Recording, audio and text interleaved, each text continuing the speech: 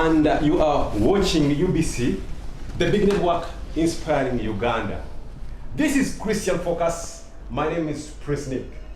I hope you had a wonderful Sunday service and set for yet another insightful discussion over something very important. I'm humbled once again to host a man of God. This is none other than Prophet Emmanuel Lumonya from the Moriah International Ministries. Prophet, you're welcome to the show. Thank you very much, Prince Nick. I'm so glad to be back to UBC, inspiring Uganda. Amen. How has been your Sunday service? Well, it was a wonderful day. I enjoyed myself, and I'm very glad that we are able again to link up with our viewers this evening who will be tuning in. Thank you very much. Amen. Now, if you've been following all our programs, a few weeks ago I hosted Prophet Emmanuel Lumonya, and we talked about something very paramount. This is prophecy. He explained to us what prophecy is, and we came to understand. But at a certain level, he was talking about Uganda in the Bible. When he mentioned that, I said, stop. This is a very big thing that we cannot discuss in these few minutes remaining to the show coming to an end. We shall have another opportunity for you to come back and talk about Uganda in the Bible. We are back to talk about Uganda in the Bible. Very true, Prince Nick. You remember that discussion? Yes, it was a very, very intriguing moment, but I said, let me hold it, because I thought if we could start it, it would interrupt other programs. You mentioned Uganda in the Bible. Yes. But Uganda was formed so many years after the Bible was written. In fact, I can say about 2,000 years after the Bible was written. And I've read the Bible, and there's no mention of Uganda. And so when you said Uganda in the Bible, what exactly did you mean? Prince Nick, it's so awesome that you have asked this question.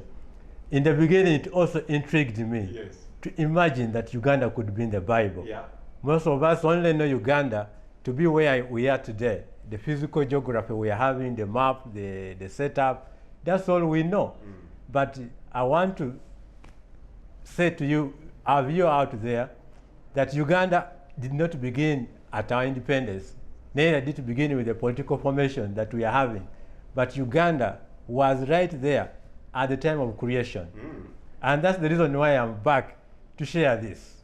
Uganda was right there at the moment of creation. Very true. Prophet Emmanuel, can you justify your statement? Thank you so much. Actually, to justify this statement, I've written a book called Uganda in the Bible, by the grace of God, and I'm expecting that many Ugandans should be interested in having a look at it, read it, and understand where God has their place. And that's what we are going to quickly go through. We'll see in the time of the first civilization that we have been so able to read about, maybe the Egyptian civilization. If you look back in history, we realize that most civilizations took place near river valleys. Yes. We see it in the Yellow River in China, the Indus Valley in India. We see in several valleys in Europe. We see even in South America. We see it in Mesopotamia, Tigris, Euphrates. Those of us who have done some of this history. Now in Africa, we see it in the Nile Delta. That's where Uganda's story begins. Before the physical people that we have today, the Acholis, the Langis, the Iteso, the Bagishu, the Banyankole, before they were in Uganda here, there was a picture of Uganda being formed or already formed. And when we look at the Tower of Babel, before God configured the languages of the people that were in that generation, that is where the story of this nation comes out very well. When God configured the generation of that time at the Tower of Babel, when they were not willing to move and fill the earth, he had to change their language so that they are able to what? Move. To disperse and fill the earth. And those speaking a particular language go to a particular location. Right. And I mean, assemble in there and multiply to what we see today. That's true. Yes. Now, the people who moved to Africa moved to the Nile Delta. That's why they were able to do what? To begin the process of multiplication. Even when you look in Genesis, we see the Egyptian kingdom appearing. That's why we are talking about Uganda in the Bible. Now, without Uganda... When you mention Egypt, at the time of the Bible, Egypt was mentioned. True. But I want you to specifically now draw this picture to the Ugandan listening and watching us right now to understand specifically how they come to be part of the Bible story, as you say. Very correct. I have read a lot about history, many of us, and we have come to realize that most civilizations took place near river valleys. And why near river valleys or around river valleys? It was because in river valleys, it was possible to have rich water and rich soils that could allow settled life, where farming could be possible, where farmers could be able to keep their animals so that they can be able to manage their lives. Because most of the areas surrounding these river valleys were arid, they were hostile, they had hostile environment. So river valleys were very useful. Now, when I say Uganda in the Bible, I mean that without this Uganda, the civilization that we count among the best that was there in the Old Testament, even in the historical accounts, the Egyptian civilization, that is mentioned to have been one of the greatest. Without this nation, Uganda, supplying the rich waters and the rich soils, going all the way to the Nile Delta, there would have been no life. There would have been no Egyptian civilization. All the heroic things that are written about the Egyptian civilization are an account of Uganda. Now, I can imagine, basing on what you have explained to me, that because the Nile originates from Uganda, then the significance of Uganda originates from that point. Very true. That's exactly what I was meaning. That without this nation Uganda, without that Lake Victoria, without that River Nile, the current Egyptian civilization that had great influence on the world, even up to today, would not have been possible. That's how significant we are. Now, for our discussion, I'll just mention this. Some people are arguing that actually the Nile starts from Rwanda. I like to think it starts from Tanzania. So now, that is another discussion altogether. However, can we bring ourselves closer to this story? The formation of Uganda. Because the formation of Uganda, we see the explorers, where we see the colonialists come into Uganda, then there is partitioning of Africa. That's now when Uganda comes into picture. How do you now relate this to the whole process of Uganda being in the Bible? Wow, beautiful. That's a very intriguing comment, and it's very interesting to comment on it also. Yeah. Why I'm mentioning that Uganda is in the Bible, of course, we began with the story of the Lake Victoria. We begin it with the River Nile. We see how the influence of this lake and river has been so significant in the world, right even before recorded history. We see it now. Excuse me, by the way, what was the name of the Nile before the colonists came? Because I know the river where Moses was gotten should be the Nile. Yes. So now, what was it called in the Bible? In the Bible, it still reflects the same river we are enjoying. They don't mention the name. The name is not mentioned, okay. But at least there's a reflection of a river. A river that comes from. That's come from the south. Yes. That was able to offer all this that is so wonderful for the world. Now, furthermore, this did not only support the civilization of Egyptian people that we are so proud of, because the Egyptian civilization in the Bible records as well is considered to have been among the superpowers in the world. Before we talk about Europe, before we talk about Asia, we talk about America, Africa was a superpower through Egypt. Our influence in the world was so great. The Europeans learned from us how to build great monuments, architecture, even the books writing. They were all here. embalming of dead bodies, talk of modern farming, irrigation, talk of breeding, all this were here. Talk of learning, Moses learned a lot from Africa. Time of Joseph, we see administration, we see order. Sometimes we think our generation is more modern than theirs, but equally them had a very clear organization. You must have very big respect for them. Yes. Because you can imagine these guys never went to the schools that we go, schools True. of architecture and stuff like that, but they were able to come up with such structures, very well calculated, very well determined on how they are going to be positioned and stand and be durable to this time, some of them. Actually, it's mentioned that some of the greatest wonders was the building of this pyramid. Yeah. One of the 7 wonders in the world history. But this was supported by this nation called Uganda. That's how unique and special we are. Because of our river. Because of our river and lake. Besides that, Omugachira.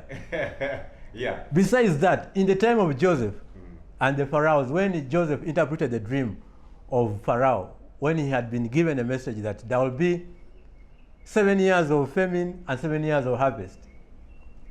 This is a nation that sustained that generation. Without that Lake Victoria and River Nile, how would have farming been possible? Yeah. So we fed that generation in the time of Joseph and Pharaoh. Now, this nation. I'm with you on this. You have given us a very humble background that actually makes me appreciate the importance of Uganda at that particular moment in history. However, today, when I look to Jesus Christ, who is actually our Lord and Savior, the prophecies about him talk about his time before he comes on earth. True. His preparation, like we see John the Baptist mentioned in the Bible. Then the prophecy about Jesus Christ also talks about him when he's here. Yes. Then it also talks about him when he's gone. True. So Uganda in the Bible, are we talked about before Uganda is formed, and when Uganda is formed, and after Uganda is formed? So how can you be contemporary with this that you just introduced? Actually, Uganda is mentioned in the ancient time, before even Jesus came. Yeah. It's even mentioned when he has come and gone. He's even mentioned even in the current time. Uganda is still mentioned.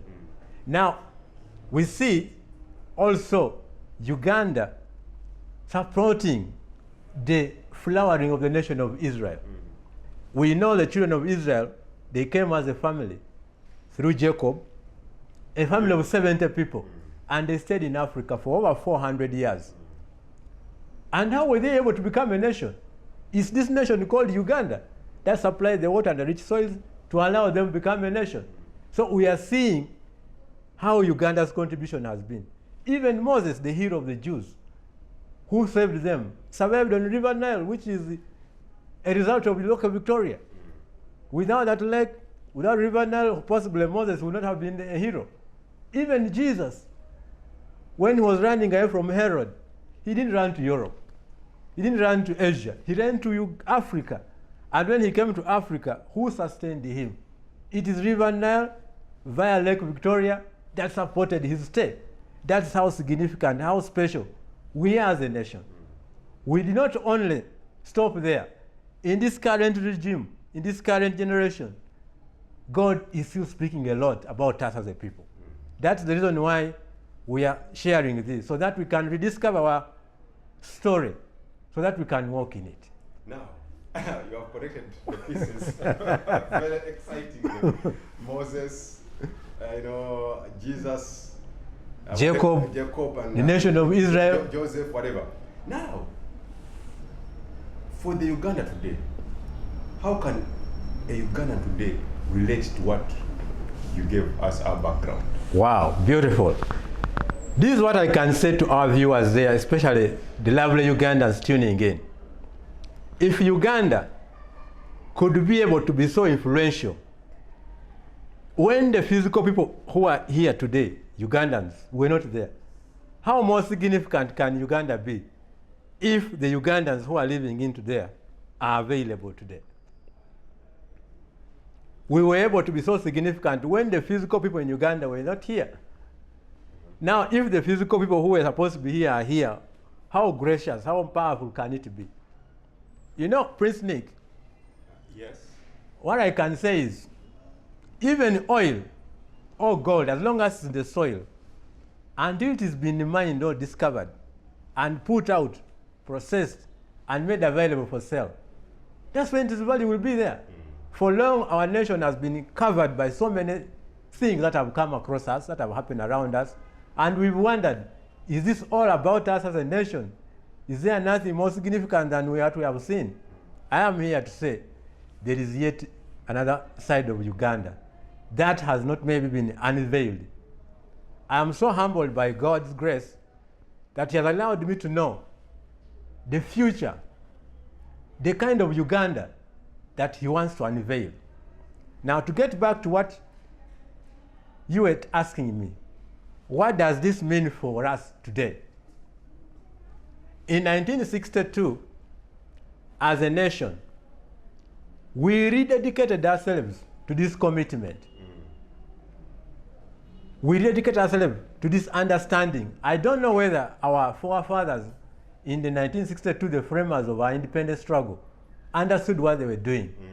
Because every future on what they did, let's say the national flag, let's say the national anthem, let's say the motto, they all signify the calling, the special position of this nation called Uganda. And when I say Uganda, not the physical country, I mean the Ugandans. You are so significant, you are so special. Figuratively, Lake Victoria and River Nile symbolize you as a nation as being missionary people. Because Lake Victoria and River Nile finally end in Mediterranean Sea. That Mediterranean Sea finally connects the whole world. That water is able to touch all continents of the world. That is what we are as a country. We are called to be missionaries, not only in spiritual matters, not only in physical matters, but in all facets of life. And we've tried to do it. You can see all our neighboring countries have benefited a lot from us. Talk about food. Uganda is called as food basket. It's not just that we are called as food basket. That's the calling God has put on us. We have been involved in many peacekeeping missions. Somalia, Congo, Rwanda, Sudan, and many parts of Africa.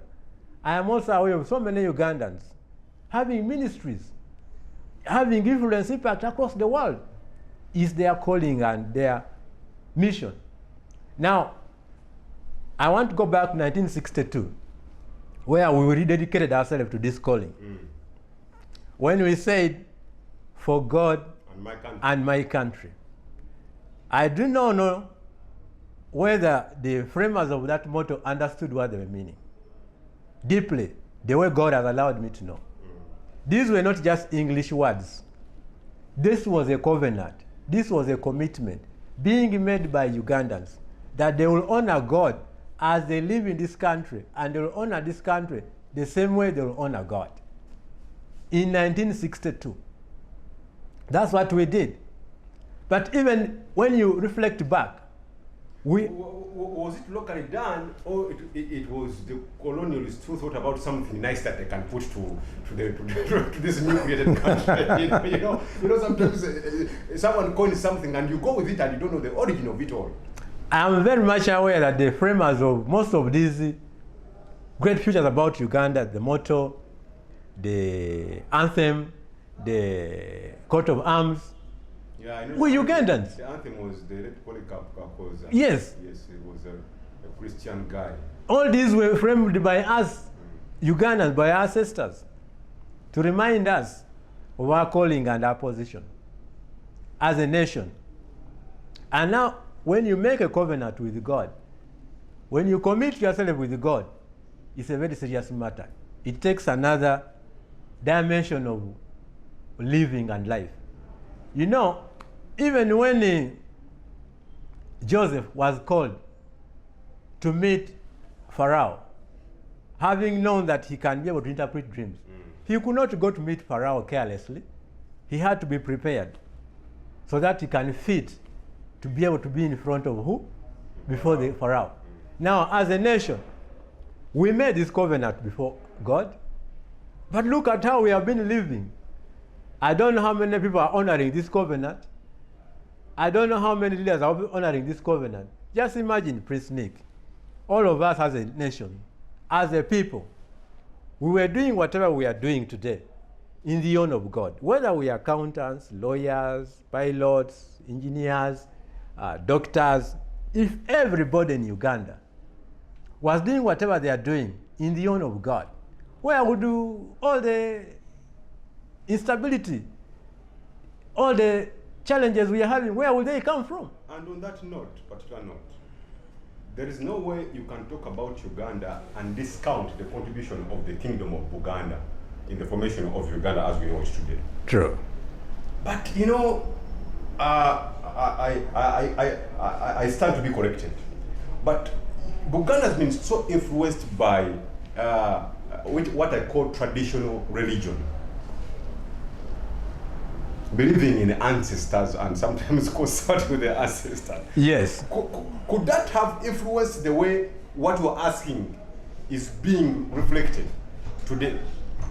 Why all of us are not directly humbling ourselves and looking at God the way our motto and our anthem and everything that we have suggests so, but we find ourselves in a very not well-defined position regarding belief in God. Thank you, Prince Nick. There are many things that have affected our belief right from the time of Moses.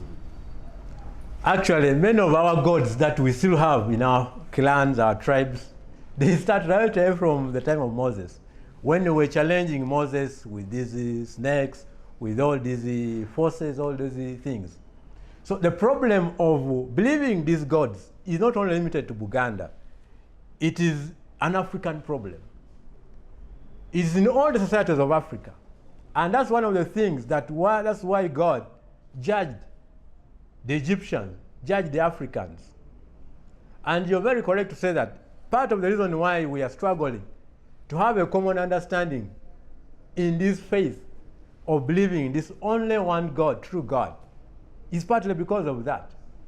But thanks be to God, we are here today to say, in spite of what we have been, there is still opportunity. God still loves us and is asking us to reset ourselves by returning to that commitment, by committing ourselves to this motto, to this covenant we made with God.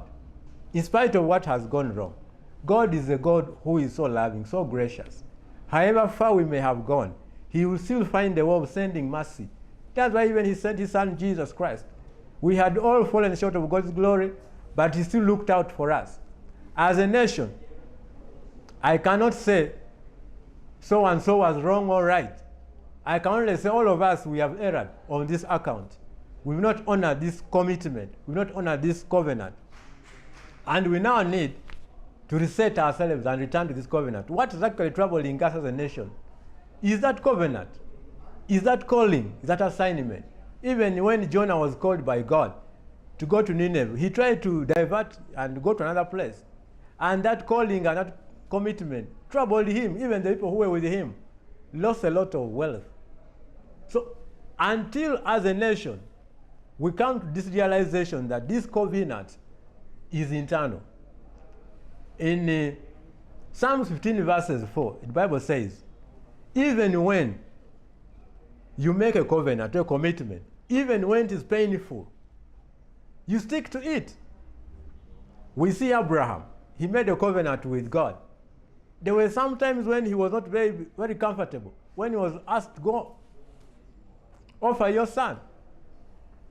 Leave your people. Sometimes the covenants we make are tough on us. They put a lot of pressure on us.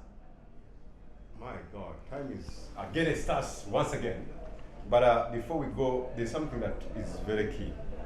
Uganda is a secular state as of today, or can I say liberal when it comes to faith and religions. You know, anything that a person wants to believe in goes.